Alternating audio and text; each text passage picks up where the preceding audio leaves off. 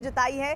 इस मसले पर दिल्ली के एक अस्पताल की याचिका पर हाईकोर्ट ने कल रात में सुनवाई की और इस याचिका में अस्पताल ने जल्दी से जल्दी ऑक्सीजन मुहैया कराए जाने की मांग की थी। हाईकोर्ट ने केंद्र सरकार को कहा कि हम बिना ऑक्सीजन के लोगों को मरते हुए नहीं देख सकते। हाईकोर्ट ने कहा कि अगर इंडस्ट्री को ऑक्सीजन की सप्लाई की जा रही है तो तुरंत रोक दी जाए। कोर्ट ने सरकार के रवैये पर सवाल उठाते हुए कहा कि अगर आपको विमान से भी ऑक्सीजन लानी पड़े तो भी उसको तुरंत मुहैया कराने के इंतजाम करने चाहिए। कोर्ट ने केंद्र सरकार को अपनी जिम्मेदारी निभाते हुए ऑक्सीजन मुहैया कराने को कहा है। कोर्ट ने सख्त लहजे में केंद्र से कहा कि आप ऑक्सीजन मांगे, उधार लें या चुराएं, लेकिन आपको पर्याप्त ऑक्सीजन देनी होगी। रात करीब 10 बजे के बाद तक चली इस सुनवाई में जब केंद्र सरकार के वकील ने कल इस मामले में जानकारी देने की अपील की तो कोर्ट ने कहा कि अगर तब तक कोई अनहोनी हो जाती है तो उसकी जिम्मेदारी केंद्र सरकार को लेनी होगी। जावेद, इस पूरे मामले में जिस तरह से कोर्ट ने संज्ञान लिया, कुछ हो पाया है अभी तक? देखिए, अभी तक जो हमारे पास खबरें हैं किसी हॉस्पिटल में किल्लत नहीं है, लेकिन लगातार सरकार की तरफ से ये चेताया जा रहा है कि अलग अलग हॉस्पिटल्स में कुछ ही घंटों की ऑक्सीजन बाकी है। लेकिन ये भी साफ है कि कल केंद्र सरकार ने दिल्ली का ऑक्सीजन का जो कोटा है उसे 378 मीट्रिक टन से बढ़ाकर 480 किया है। लेकिन बीती रात जिस तरह से हाईकोर्ट में सुनवाई हुई और उस पर दलीलें रखी गई तो उससे साफ है कि दिल्ली में ऑक्सीजन का संकट कितना गहरा है।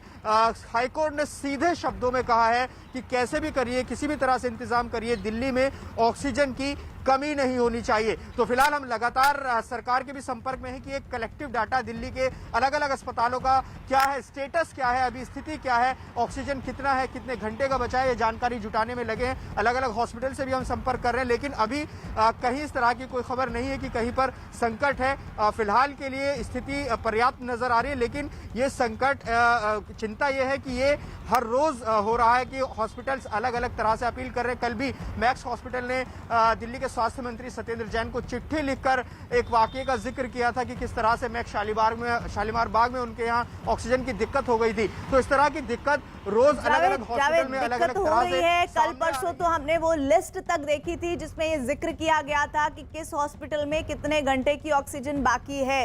तो आज वो स्टेटस क्या है? जब अगली बार मैं आपसे जुड़ूंगी तो प्लीज इसको आप डेटा को कलेक्ट करके रखिएगा। इधर दिल्ली में ऑक्सीजन की कमी से निपटने के लिए केंद्र सरकार ने बड़ा फैसला किया है। केंद्र सरकार ने दिल्ली को मिलने वाली ऑक्सीजन का कोटा 100 मीट्रिक टन से ज्यादा बढ़ा दिया है। दिल्ली को पहले रोजाना 378 मीट्रिक टन ऑक्सीजन मिलती थी, जिसे बढ़ाकर अब 480 मीट्रिक टन कर दिया गया है। केंद्र की तरफ से ऑक्सीजन का कोटा बढ़ाए जाने का दिल्ली सरकार ने स्वागत किया। दिल्ली के मुख्यमंत्री अरविंद केजरीवाल ज्यादा ऑक्सीजन दिए जाने पर केंद्र सरकार का आभार जता चुके हैं।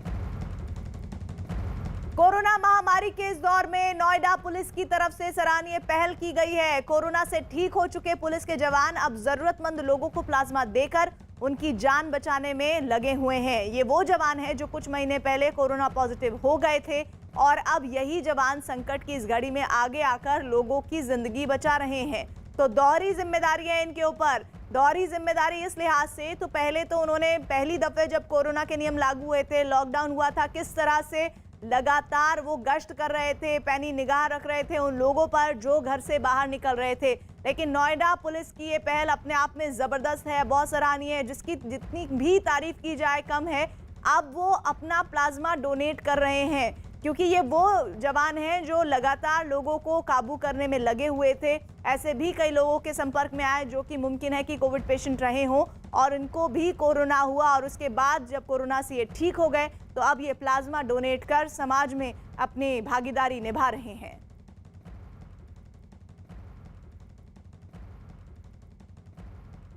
तो एक तरफ तो नोएडा पुलिस के जवान हैं जो अपनी भागीदारी दिखा रहे हैं इस महामारी के दौर में, पारस, वहीं दूसरी तरफ बाकी लोग मुंबई में क्या कर रहे हैं? जी, हालात जो है वो मुंबई के बद से बदतर हो जा रहे हैं, जहां एक